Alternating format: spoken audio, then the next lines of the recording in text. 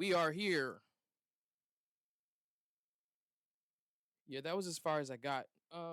For starters, y'all see the title of this video. The thumbnail might be off because I took a break to reevaluate not necessarily what I'm doing, but more or less like I'm rolling out a bunch of stuff, so I'm trying to learn, taking all the knowledge I can. So the videos took a little bit of a backseat. So the podcast too, while I was in the process of learning. Still working, might I add, the main 9 to 5 while I'm doing all this stuff. So also recently got into film. So busy has been an understatement. But as you can see by the cover, and due to logistics, due to what's going on right now, we are currently Sakamoto days. Now, Nagamo has currently made his appearance. Oh wow, it's not centered at all. Nagamo has currently made his appearance in the anime. The anime has been out for I think about like if there's 3 episodes out, like 3 weeks, 3 4 weeks, 3 4 weeks, almost a month. And let's just put it like this. Well, actually, has it been coming out a week or is it coming out bi-weekly or twice a week?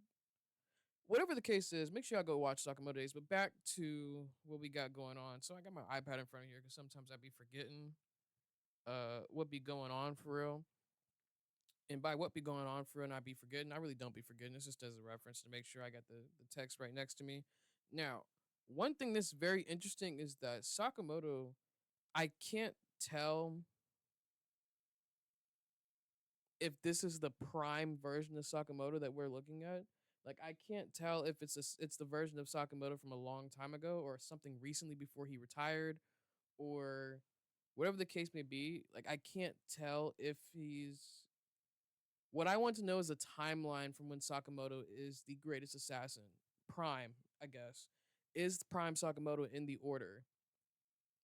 Or is the Sakamoto that we have in the flashback, is this not Prime and this is just like he's just on the up and up. Like he's just in the order, just carrying out missions as he usually does. At what point will we be able to see Prime Sakamoto, or are we supposed to assume that this flashback implies that it's Prime Sakamoto? Because I don't like the implication. I don't like the implication at all. But that's not the point. The point is this flashback shows that Shin and Sakamoto's relationship really goes back further than what we've seen so far, and it's interesting that neither of them have spoke on it in this way. Did they forget? Or maybe they didn't forget. Or maybe what it is that Shin forgot and Sakamoto didn't. But I feel like how does Shin not remember a mission where him and Sakamoto went to kill his dad? That's an oddball thing. You would think that that would be quite relevant information if I do say so myself. Like I'm not going to go out my way to do all that.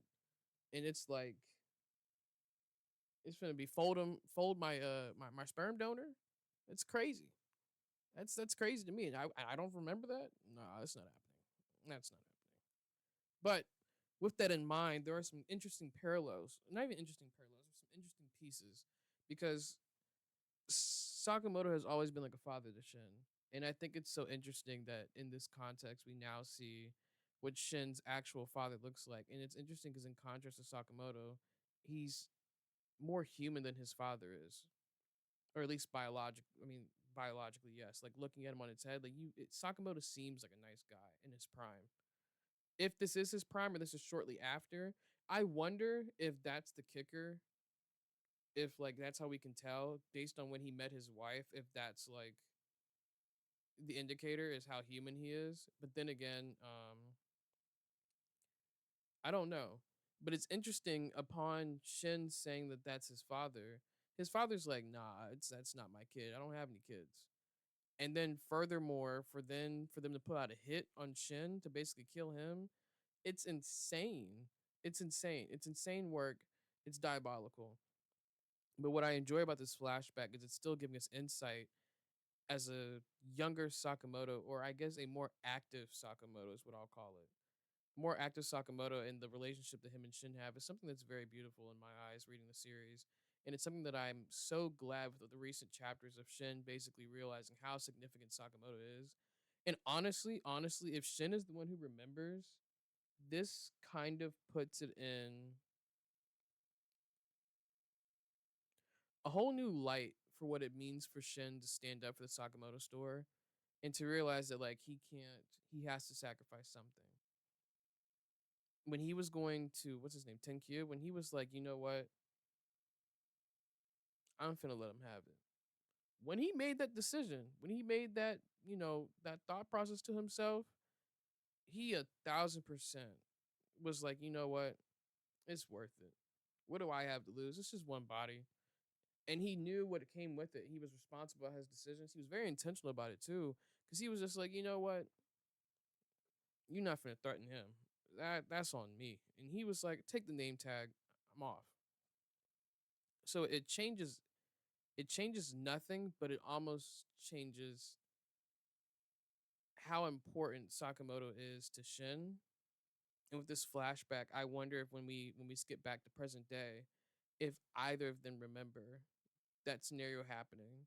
And I think that's something that's like really, really interesting. And it's so interesting because Sakamoto to this day, like he's just been impressionable. And he's just been really impressionable every time we see him on screen. So it's like something's happening. And it's interesting because there are this is clearly Shin early on, and it's like it's interesting that I'm trying to find my thoughts to articulate this properly. It's interesting for if it wasn't for his telepathy, he says that he would be living happily in a lab. And I think that that's such a crazy conundrum, Like how is it that he thinks that there would be a safer, happier place if he was back in the lab where they had tested him for telepathy in the first place?